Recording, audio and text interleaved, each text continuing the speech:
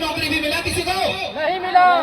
5 नौकरी खंड को संवारने के लिए चाहे टाइगर जयराम महतो चाहे मनोज यादव को शहादत देना पड़ेगा, तो पीछे नहीं हटेंगे। ये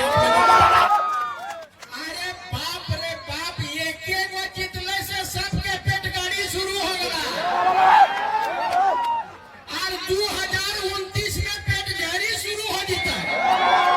गढ़वी जी का एक लाइन है कि तुम्हारी फाइलों में गांव का मौसम गुलाबी है, तुम्हारी फाइलों में गांव का मौसम गुलाबी है, लेकिन ये आंकड़े झूठे हैं, ये दावा किताबी है। उन्होंने कहा है कि जो अटक कर रह गई है सरकारों की फाइलों की जाल में, जो अटक कर रह गई है सरकारों की फाइलों की जाल में, और रोशनी गांव तक आएगी कितने साल में?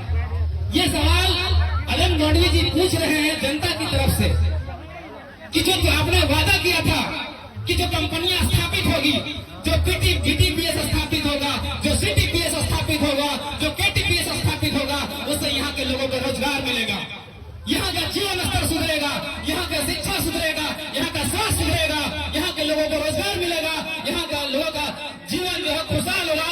क्या आज जब से कंपनियां स्थापित हुई है, क्या आपका जीवन खुशहाल हुआ? खुशहाल हुआ?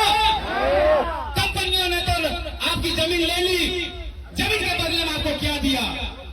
वायु प्रदूषण दिया उन्होंने, लेकिन क्या दिया? वायु प्रदूषण दिया, भूमि प्रदूषण दिया, जल प्रदूषण दिया। कैसे नहीं दिया?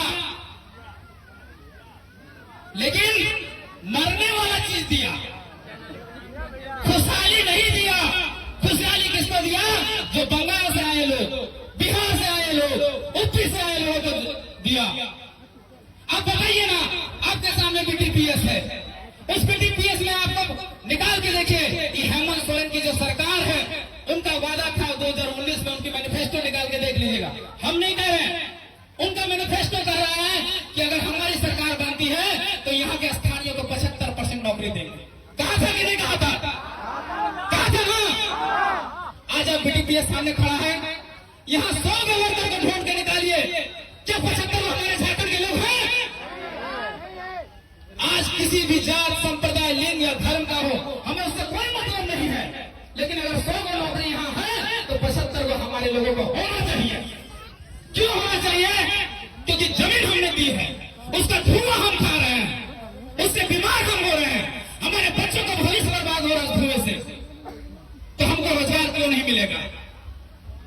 कहा जाता है शास्त्रों में कथा नहीं कि विद्या देती विनय, विद्या विनय देती है, विनय से शिक्षा मिलता है, शिक्षा से हमें पात्रता मिलती है, पात्रता से हमें नौकरी मिलती है, नौकरी से हमें रोजगार मिलता है, रोजगार से हमें धन की प्राप्ति होती है, धन से हमें सुख की प्राप्ति होती है। हम पढ़े, हम लिखे, लेकिन हमारे पास रोजगार कहाँ है? बिहार चिखता चिल्लाता है कि हमारे पास रोजगार नहीं, हम समझ सकते हैं, लेकिन हमारे झारखंड में 2800 लिस्टेड कंपनियां हैं, बीसीसीएल, ईसीसीएल, सीसीएल, सारे लिस्टेड कंपनियां हैं, लेकिन क्या हमारे हाथों में रोजगार है? क्या हमारे पास स्वास्थ्य है? क्या हमारे पास शिक्षा है?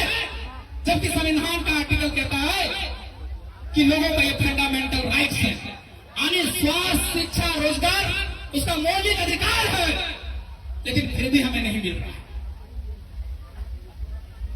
हमारे पास रोजगार है, लेकिन ये दे नहीं रहे।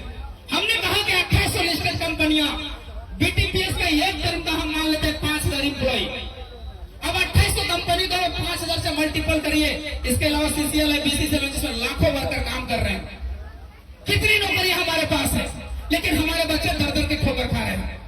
बम्बई, दिल्ली, गुजरात में जाइए, सरकार के आंकड़े, जब कोरोना काल हुआ, कोरोना पीरियड हुआ, सरकार ने आंकड़ा दिया कि हम लोग लगभग 14 लाख प्रवासी मजदूरों को लाए हैं बाहर से, यानी कि हमारे भाई, हमारे बंधु 14 लाख बम्बई, दिल्ली, कलकत्ता